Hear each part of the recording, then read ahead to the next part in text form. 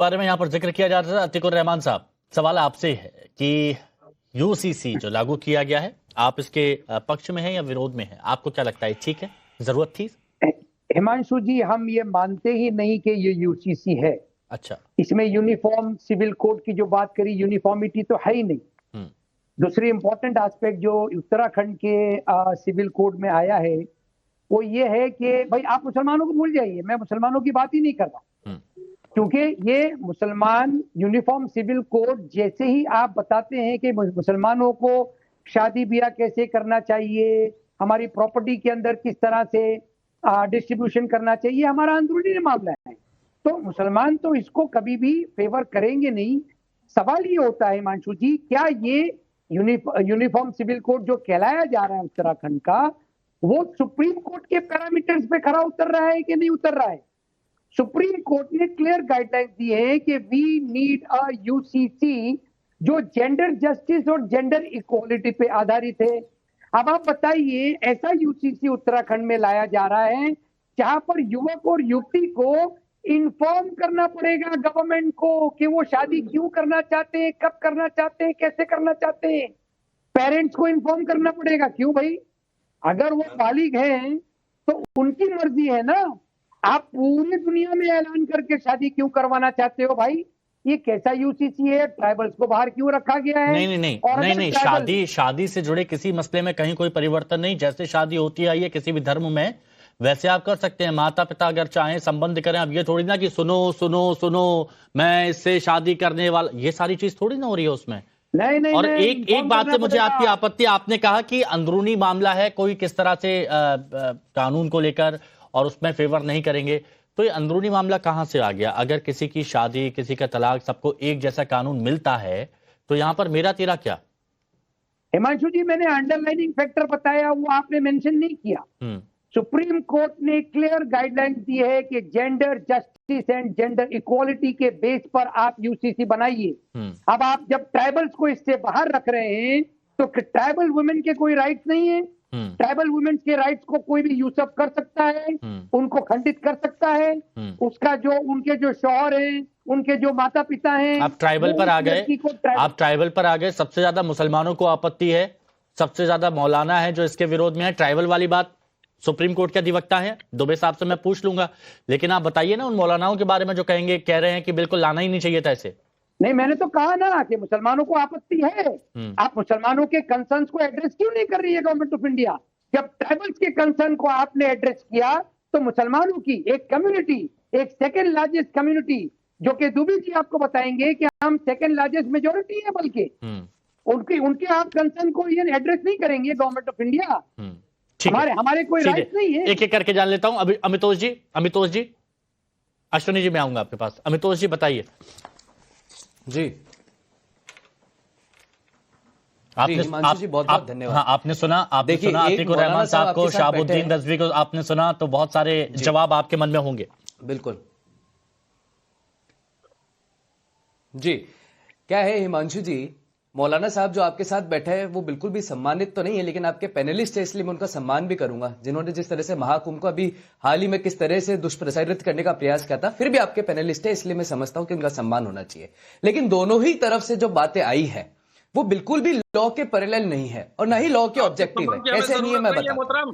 जो ये बात कर रहे हैं कि मुसलमान शरिया लॉ से चलेगा, तो 1939, 1935 से मुझे इसकी कोई जरूरत नहीं, मैं दावत अच्छा ये बोल रहे अभी, चलो ठीक है। मेरी कौम मुझे बहुत इज्जत देती है, बड़ा एहतराम देती है। बहुत बढ़िया, अब सुनिए। अच्छा हिमांशु जी, मैं मेरी बात रखूं? रजवी साहब मुद्दे पर आ जाते हैं ना। हिमांशु जी, मैं मेरी बात रखता हूं। बोलिए। हमला करेंगे तो मैं उसका जवाब दूंगा। दीजिएगा आपके पास आ रहा हूँ, दीजिएगा जवाब। कुछ इस्लामिक कंट्रीज है जहां पर, अरे सुनिए मेरी बात, मैं एक बात का जवाब दीजिएगा, जवाब दीजिएगा। रजवी साहब टाइम बर्बाद हो रहा है, थोड़ा सा रुकिए। एक जर्नलिस्ट जो है दलावी हामिद, आपसे मैंने मांगा सम्मान। एक जर्नलिस्ट जो है दलावी हामिद, उन्हें एक आर्टिकल में लिखा हिमांशु जी, मुस्लिम पॉलिटिक्स इन सेक्युलर इंडिया 1968 में, क्या कहा कि दिक्कत यूनिफॉर्म सिविल कोड में नहीं है, दिक्कत है यहाँ के मुसलमान में जो स्टेट में स्टेट समझ रहे हैं, जो अभी भी अपने आप को आइसोलेशन समझ रहे हैं। जो के मुंशी जी ने भी कहा था, नेशनल प्लानिंग कमीशन बनाया गया था कांग्रेस सरकार में, मीनू मसानी उसके सब कमेटी के फंडामेंटल राइट के मेंबर थे। उन्होंने कहा it's an implementation and requirement of a state to implement uniform civil code, K Munshi Ambedkar साहब ने कहा कि यूनिफॉर्म देश तो पहले ही यूनिफॉर्म सिविल कोड से चल रहा है। दिक्कत क्या है? दिक्कत है 1935 तक नॉर्थ वेस्ट फ्रंटियर प्रोविजंस के मेंबर भी हिंदू लॉ से गवर्न होते थे। 1939 में सेंट्रल लेजिस्लेचर आया और उनको करा। अब देखिए क्या कह रहे हैं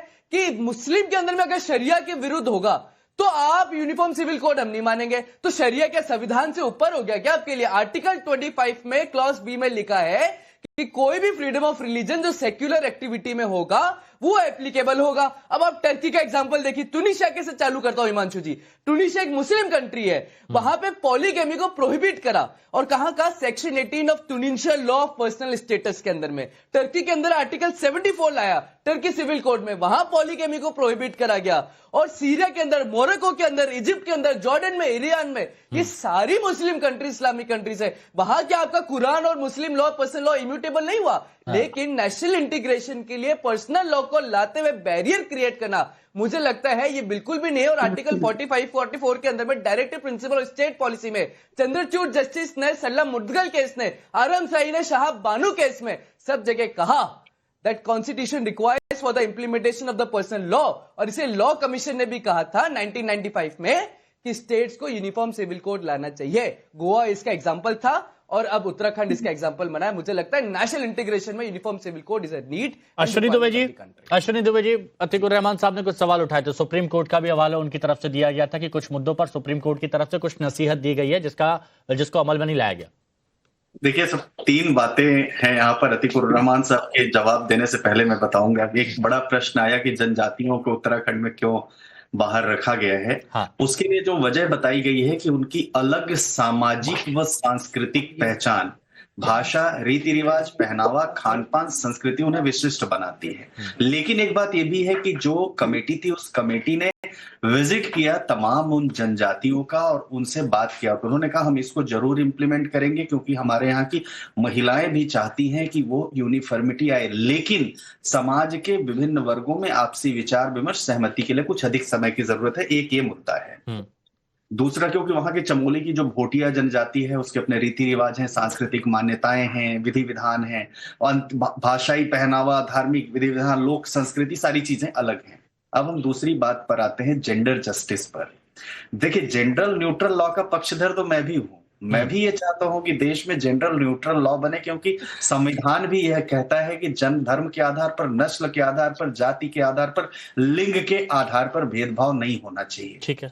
लेकिन उस भेदभाव में एक बात यह भी है कि फिर महिला और महिला के बीच में भी भेदभाव नहीं होना चाहिए, चाहे वो महिला हिंदू समाज की हो या किसी अन्य समाज की हो, किसी अन्य समाज की हो। जो राइट्स सक्सेशन का, इनहेरिटेंस का, एडॉप्शन का, मेंटेनेंस का और प्रॉपर्टी का हिंदू धर्म की महिलाओं को मिल रहा है, वही जो है सिख, पारसी, यहूदी जो पर्सनल लॉ से रेगुलेट हो रहे हैं, सिख तो क्या हिंदू धर्म से रेगुलेट हो रहे हैं, पारसी और यहूदी और क्रिश्चियंस, उन सबको भी जो है वही समान अधिकार बात होता। अब आ जाते हैं कॉन्स्टिट्यूशन की बात करते हैं।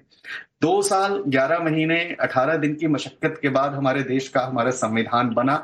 389 कॉन्स्टिट्यूएंट असेंबली के मेंबर्स थे। बड़ी जोर की डिबेट चली उसमें, और ये चला कि लॉ डिराइव्ड फ्रॉम पार्लियामेंट और कॉन्स्टिट्यूशन और कॉन्स्टिट्यूशनलिज्म और कॉन्स्टिट्यूशन से डिराइव्ड लॉ इस देश में क्यों नहीं होने चाहिए। तो उस समय जो विभिन्न और धर्मों के लोग थे, जो लोग यूसीसी के खिलाफ थे, उन्होंने जो है उस समय उस बात पर सहमति नहीं जताई, और चूंकि संविधान को लागू करना जरूरी था, और इसीलिए आप देखिए कि article 44A directive principles of state policy में यह बात छोड़ी गई कि state shall endeavour to make uniform civil code for its citizens. अच्छा। यानी हर राज्य को एक बात उसमें उसी में छोड़ा गया। हर राज्य को वो अधिकार है कि वो यूनिफॉर्म सिविल कोड अपने यहाँ लागू करे। अब सरला मुद्गल की बात अमितोष ने कहा, बिल्कुल सही है। सरला मुद्गल के केस में भी इस बात करी। सुप्रीम कोर्ट ने कई बार, जस्टिस बोबडे ने कम से कम अपनी 3 लीडिंग जजमेंट्स, क्योंकि बार बार एक बात ना दुबे साहब, बार बार एक बात कही जाती है कि शरीयत से ऊपर नहीं रख सकते, शरीयत से हम ऊपर नहीं रख सकते। कानून, अगर देश धर्म निरपेक्ष है तो कानून धर्म निरपेक्ष क्यों नहीं होना चाहिए?